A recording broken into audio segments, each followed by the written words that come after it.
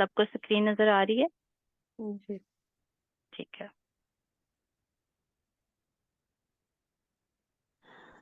ہمارا جو ٹاپک ہے ترتیب نزولی اور ترتیب مصحف، یعنی قرآن کریم نازل ہونے کی ترتیب اور ترتیب مصحف کسے کہتے ہیں؟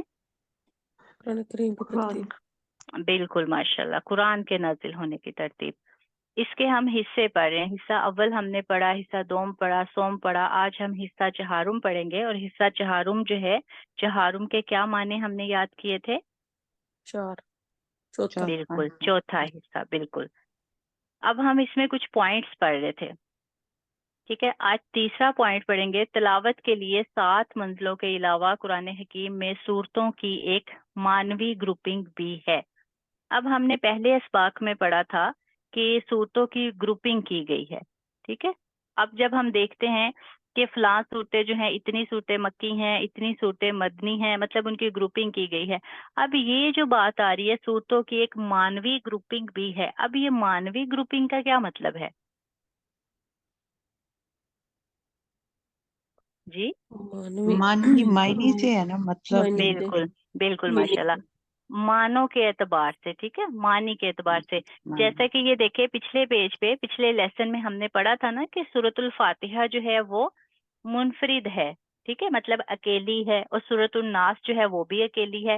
لیکن جب ہم اس کے معنی پہ غور کرتے ہیں تو یہ جوڑا بن جاتی ہیں. کیسے؟ سورۃ الفاتحہ میں استعانت کا ذکر ہے، جیسے کہ ہم اللہ تبارک و تعالیٰ سے مدد مانگتے ہیں، ایاک نعبد و ایاک نستعین. ٹھیک ہے، اور سورۃ الناس میں استعاذہ کا ذکر ہے. ٹھیک ہے، اس میں بھی ہم اللہ سے پناہ مانگتے ہیں. کل ہم نے اس کی ڈیٹیل پڑھی تھی. تو یہی بات ہے کہ تلاوت کے لیے 7 منزلوں کے علاوہ قرآن حکیم میں صورتوں کی ایک مانوی گروپنگ بھی ہے. مطلب تلاوت کے حساب سے تو 7 منزلوں میں تقسیم کر دیا گیا قرآن کریم کو، لیکن جب ہم مانوی اعتبار سے دیکھتے ہیں تو ایک مانوی گروپنگ بھی موجود ہے. مطلب جب ہم اس کے معنوں پہ غور کرتے ہیں تو ہمیں پتہ چلتا ہے کہ اس کی مانوی گروپنگ بھی کی گئی ہے. صورتیں جس لحاظ سے ترتیب دی گئی ہیں وہ مانوی اعتبار سے بھی ٹھیک ہے. اس اعتبار سے بھی صورتوں کے 7 گروپ ہیں. کس اعتبار سے؟ ایک تو 7 منزلیں ہیں نا تلاوت کے لحاظ سے، اور ایک بالکل ماشاءاللہ مانوی گروپنگ کے اعتبار سے بھی صورتوں کے 7 گروپس ہیں. اور ہر گروپ میں مکی اور مدنی دونوں طرح کی صورتیں شامل ہیں. ہر گروپ میں ایک یا ایک سے زیادہ مکی صورتیں اور اس کے بعد ایک یا ایک سے زائد مدنی صورتیں ہیں. مطلب ترتیب دی گئی ہے، کچھ مکی ہیں کچھ مدنی ہیں. ایک گروپ کی مکی اور مدنی صورتوں میں وہی نسبت ہے جو ایک جوڑے کی 2 صورتوں میں ہوتی ہے. جیسے کہ ہم نے پڑھا تھا نا کہ جوڑا جوڑا جو صورتیں بنا دی گئی ہیں وہ مانوی اعتبار سے ایک جیسی ہیں. اگر ہم ان کے معنی پہ غور کریں تو وہ ملتی جلتی ہیں. اسی طرح جو مکی اور مدنی صورتیں ہیں ان میں بھی جو نسبت ہے وہ ایسے ہی ہے. ٹھیک ہے، مطلب کچھ جو ہے جوڑوں میں مکی صورتیں رکھ دی گئی ہیں، کچھ صورتوں کے جوڑوں میں مدنی صورتیں رکھ دی گئی ہیں. جیسے ایک مضمون کی تکمیل ایک جوڑے کی صورتوں میں ہوتی ہے، یعنی ایک رخ جو ہے ایک فرد میں اور دوسرا رخ دوسرے فرد میں. اسی طرح ہر گروپ کا ایک مرکزی مضمون اور عمود ہے جس کا ایک رخ مکی صورتوں میں اور دوسرا رخ مدنی صورتوں میں آ جاتا ہے. مطلب جب ہم غور کرتے ہیں تو ایک صورت جیسے ہی ختم ہوتی ہے اس کے بعد جب دوسری صورت شروع ہوتی ہے تو پھر ان کے جو معنی ہیں وہ ایک دوسرے سے ملتے جلتے ہیں، ایک دوسرے سے مناسبت رکھتے ہیں. ان میں ایک عمود ہوتا ہے. عمود کا ہم نے کل پڑھا تھا، کوئی بتا سکتا ہے؟ جی ستون. بالکل ماشاءاللہ، بنیاد کو کہتے ہیں. ٹھیک ہے، عمود عماد سے ہے، عماد کہتے ہیں ستون کو، بنیاد کو. ٹھیک ہے، ہر صورت کا کوئی نہ کوئی جو ہے وہ عمود ہے، اس کی کوئی بنیاد ہے، کسی وجہ پہ وہ صورت جو ہے وہ نازل کی گئی ہے. اسی طرح غور و فکر اور تدبر کے نئے میدان سامنے آ رہے ہیں. جو انسان بھی اس کا عمود معین کرنے میں غور و فکر کرے گا وہ کسی نتیجے پر پہنچے گا. اگرچہ عمود معین کرنے میں اختلاف ہو سکتا ہے. اب اچھا، یہ جو بات ہے، یہ جو لفظ ہے، یہ کوئی پڑھ کے بتا سکتا ہے کیا لفظ ہے؟ تدبر. بالکل ماشاءاللہ. اب دیکھیں اگر ہم اسے ویسے دیکھیں تو یہ تدبر پڑھا جا رہا ہے.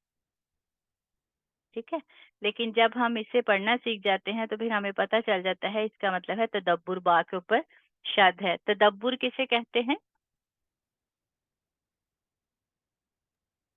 غور کرنا، غور و فکر اور بالکل، تدبر۔ غور و فکر کرنا۔ اب دیکھیں غور و فکر تو یہاں آ گیا، پھر تدبر یہاں کیوں آیا؟ غور و فکر اور تدبر کے معنی سیکھنے سمجھنے کے معنی۔ بالکل، تدبر جو ہے وہ تدبیر سے بھی ہے، ٹھیک ہے، نتیجہ نکالنا، جی تدبیر کرنا، ٹھیک ہے۔ کہتے ہیں نا مجھے اس کی کوئی تدبیر نظر نہیں آ رہی، اس کا کوئی حل نظر نہیں آ رہا، ٹھیک ہے۔ تو تدبر جو ہے وہ تدبیر کے معنوں میں ہے۔ اب جو بھی انسان جو ہے اس کا عمود معین کرنے میں غور و فکر کرے گا، عمود معین کرنے میں مطلب اس کی جو بنیاد ہے، جب ہم قرآن کریم کی صورتیں ان کی بنیاد پہ، ان کے عمود پہ جب ہم غور و فکر کرتے ہیں تو ضرور کسی نہ کسی نتیجے پہ نکل آتے ہیں، ٹھیک ہے۔ اب جیسے کہ میں نے آپ سے پوچھا تدبر کا معنی، ٹھیک ہے، سب نے اپنے اپنی رائے کا اظہار کیا، ٹھیک ہے، مطلب سب کی مختلف سوچ ہے نا۔ جی جی۔ تو یہی بات ہے کہ جب انسان ان کا عمود معین کرنے میں غور و فکر کرے گا وہ کسی نتیجے پر پہنچے گا، اگرچہ عمود معین کرنے میں اختلاف ہو سکتا ہے۔ مطلب کوئی بھی بات ہے، اگر میں آپ کو کہوں کہ یہ فلاں یہ چھوٹا سا پیر ہے، ٹھیک ہے، اس میں سارے مجھے بتائیں کہ کیا ہے، اب آپ میں سے ہر کوئی اپنی سوچ کے مطابق بتائے گا، ٹھیک ہے۔ اسی طرح جو قرآن کریم ہے جب ہم اس پہ غور و فکر کرتے ہیں، تدبر کرتے ہیں تو ضرور کسی نہ کسی نتیجے پہ نکلتے ہیں، کچھ نہ کچھ ہمیں سمجھ آتا ہے، اور ہر کوئی اپنی سوچ کے حساب سے اس سے کچھ نہ کچھ ضرور حاصل کرے گا، کیونکہ قرآن کریم واحد ایک ایسی کتاب ہے اسے جتنی دفعہ پڑھا جائے اس سے ضرور کچھ نہ کچھ نیا سیکھنے کو ملتا ہے۔ اب سب سے بڑا گروپ پہلا ہے جس میں مکی صورت صرف ایک یعنی سورۃ الفاتحہ، جبکہ مدنی صورتیں 4 ہیں جو 6.25 پاروں پر پھیلی ہوئی ہیں، ٹھیک ہے۔ جب ہم قرآن کریم پڑھتے ہیں نا، جب ہم شروع کرتے ہیں جیسے سورۃ الفاتحہ شروع کرتے ہیں تو اس کے شروع میں لکھا ہوتا ہے نا سورۃ الفاتحہ مکیہ، ٹھیک ہے۔ اس کے بعد پھر جب ہم سورۃ البقرہ یا کوئی بھی سورت شروع کرتے ہیں تو وہاں صورتوں کا لکھا ہوتا ہے کہ یہ مکی ہیں یا مدنی ہے۔ تو سب سے پہلا جو گروپ ہے اس میں مکی صورت صرف ایک ہے یعنی سورۃ الفاتحہ، جبکہ مدنی صورتیں 4 ہیں جو پھر آگے 6.25 پاروں پر پھیلی ہوئی ہیں، یعنی سورۃ البقرہ، آل عمران، سورۃ النساء اور المائدہ۔ دوسرا گروپ اس اعتبار سے متوازن ہے، ٹھیک ہے۔ متوازن مطلب جیسے کہہ رہے برابر کہہ لیں کہ اس میں 2 صورتیں مکی اور 2 مدنی ہیں، سورۃ الانعام اور سورۃ الاعراف مکی ہیں، جبکہ سورۃ الانفال اور سورۃ التوبہ مدنی ہیں، مطلب برابر برابر ہیں، متوازن رکھے گئے ہیں گروپ۔ تیسرے گروپ میں سورہ یونس سے سورۃ المومنون تک 14 مکی صورتیں ہیں، یہ تقریباً 7 پارے بن جاتے ہیں۔ اس کے بعد ایک مدنی صورت ہے اور وہ سورۃ النور ہے۔ اس کے بعد چوتھے گروپ میں سورۃ الفرقان سے سورۃ السجدہ تک مکیات ہیں، مطلب مکی صورتیں ہیں۔ پھر ایک مدنی صورت سورۃ الاحزاب ہے۔ پانچویں گروپ میں سورۃ سبا سے سورۃ الاحقاف تک مکیات ہیں، مطلب مکی صورتیں ہیں۔ پھر 3 جو ہے مدنی صورتیں، سورہ محمد، سورہ الفتح اور سورۃ الحجرات ہیں۔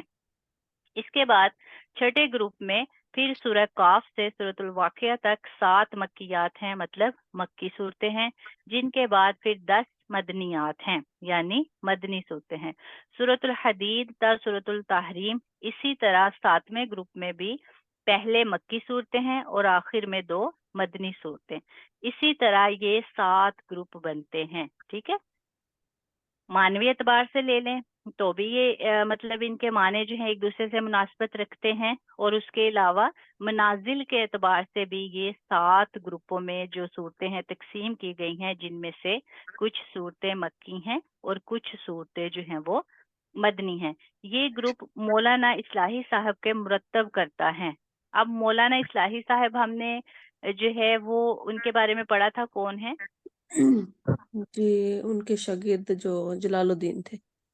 بالکل، ماشاءاللہ، علامہ جلال الدین سیوطی رحمۃ اللہ علیہ جو ہیں ان کے یہ شاگرد ہیں مولانا اصلاحی صاحب۔ ان میں پہلا اور آخری گروپ اس اعتبار سے عکسی نسبت رکھتے ہیں کہ پہلے گروپ میں صرف ایک سورۃ الفاتحہ مکی ہے اور 6.25 پاروں پر مشتمل 4 طویل ترین صورتیں مدنی ہیں، جبکہ آخری گروپ میں سورۃ الملک سے لے کر پورے 2 پارے تقریباً مکیات یعنی مکی صورتوں پر مشتمل ہیں۔ آخر میں صرف 2 صورتیں معوذتین مدنی ہیں، یعنی یہاں نسبت بالکل عکسی ہے۔ اب یہ جو معوذتین ہیں، ٹھیک ہے، یہ دیکھیں نظر آ رہا ہے سب کو؟ معوذتین جی تقریر نظر آ رہی ہے سب کو؟ جی جی ٹھیک آ ہے، رہی ہے.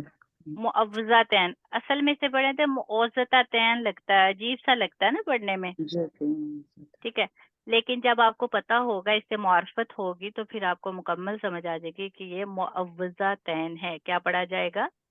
معوذتین. بالکل۔ اب یہ معوذتین جو ہے، یہ معوذ، یہ تعوذ سے ہے، ٹھیک ہے، تعوذ سے ہے، جیسے آؤز کہہ لیں، آؤز سے ہی معوذ ہے، اور معوذتین جو ہے یہ اگر 2 کے لیے بولا گیا، 2 صورتیں ہیں، تو مطلب پھر یہ معوذتین کون سا صیغہ بنا؟ ہم پڑھ چکے ہیں اس کے بارے میں، جی جمع کا تسنیہ جمع غور کریں، 2 کا تس- ذکر ہے، بالکل بالکل تسنیہ بولا، تسنیہ تسنیہ بالکل ماشاءاللہ تسنیہ ہے، ٹھیک ہے، جیسے کہ ہم نے پڑھا تھا اردو میں تو ہوتا ہے نا واحد اور جمع، لیکن عربی میں واحد، تسنیہ اور جمع ہوتا ہے، ٹھیک ہے، جیسے اردو میں واحد 1 کے لیے اور 1 سے زیادہ کے لیے جمع بولا جاتا ہے، لیکن عربی میں واحد 1 کے لیے، تسنیہ 2 کے لیے اور جمع 2 سے زیادہ کے لیے بولا جاتا ہے، ٹھیک ہے۔ اب یہ جو 2 صورتیں ہیں تو اسی لیے اسے معوذتین کہا گیا ہے، ٹھیک ہے۔ اب دیکھیں معوذتین، تا کے اوپر زبر ہے یا پہ جزم، ٹھیک ہے، معوذتین، اگر معوذتین ہوتا تو پھر یہ کون سا صیغہ بنتا؟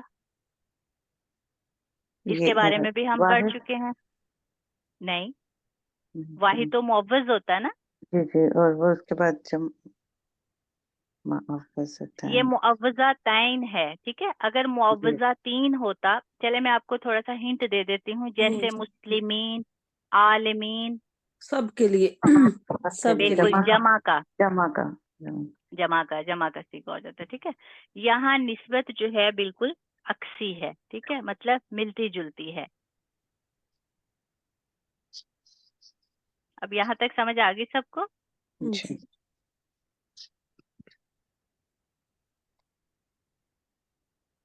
لیکن دوسرا گروپ بھی متوازن ہے، یعنی 2 صورتیں مکی، 2 مدنی، اور چھٹا گروپ بھی متوازن ہے کہ اس میں 7 صورتیں مکی ہیں سورہ کاف سے سورۃ الواقعہ تک، جبکہ 10 صورتیں مدنی ہیں سورۃ الحدید سے سورۃ التحریم تک، لیکن حجم کے اعتبار سے تقریباً برابر ہیں۔ حجم وزن کو کہتے ہیں، ٹھیک ہے، یہ بھی غور و فکر اور سوچ و بچار کا ایک موضوع ہے، اور اس سے بھی قرآن مجید کی حکمت و ہدایت اور اس کے علم کے نئے نئے گوشے سامنے آ رہے ہیں۔ اب یہ اس پیج پہ دیکھیں کوئی ایسا لفظ جو آپ کو سمجھ نہ آئی ہو،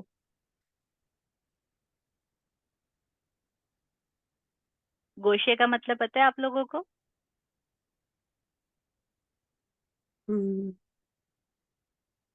جیسے کہتے ہیں نا پھلوں کا گچھا، اچھا ٹھیک ہے، ویسے ہی لگا لیں، گوشہ لگا لیں، مطلب ایک علم کے نئے نئے گوشے جیسے سامنے کہتے آ ہیں رہے ہیں، جی پہلو سامنے آ رہے ہیں، جیسے اس کا جگر گوشہ یعنی اس کے قریب قریب قریب بالکل ایسے ہی؟ بالکل، پہلو لگا لیں، پہلو، ٹھیک ہے، حصے، پہلو حصے کو کہتے ہیں نا۔ جی اور متوازن کا کیا مطلب ہے؟ یعنی کہ ایکول، برابر. بالکل ماشاءاللہ، برابر، بالکل۔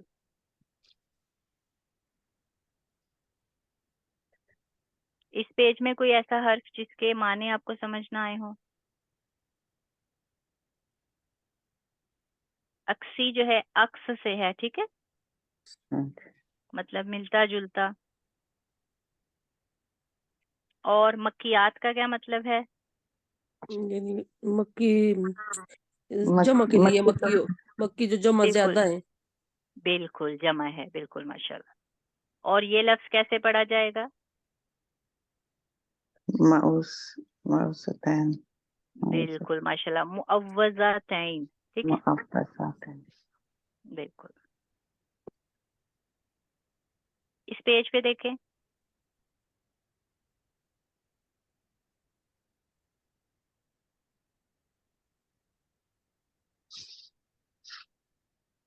یہاں پہ صورتوں کے نام ہی ہے، صورت، ہاں ٹھیک ہے، صورتوں کے نام ہی ہے.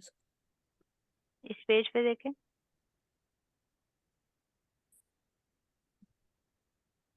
عمود، وہی عمود کا اپنا تھا. جی، عمود جو ہے عماد سے ہے، سے عماد کا بنیاد، مطلب ستون، بنیاد، بنیاد. جی، بنیاد. عمود عماد سے ہے مطلب ستون، بنیاد. اور اس حرف کو کیسے پڑھا جائے گا؟ تدبر، تدبر. تدبر. بالکل، تدبر، ماشاءاللہ، تدبر. تدبر، ٹھیک ہے. اچھا، معین کا کیا مطلب ہے؟ مقرر کر، مخصوص یعنی کہ بالکل، معین. ماشاءاللہ، بالکل، مقرر کرنا. اس پیج میں دیکھ لیں.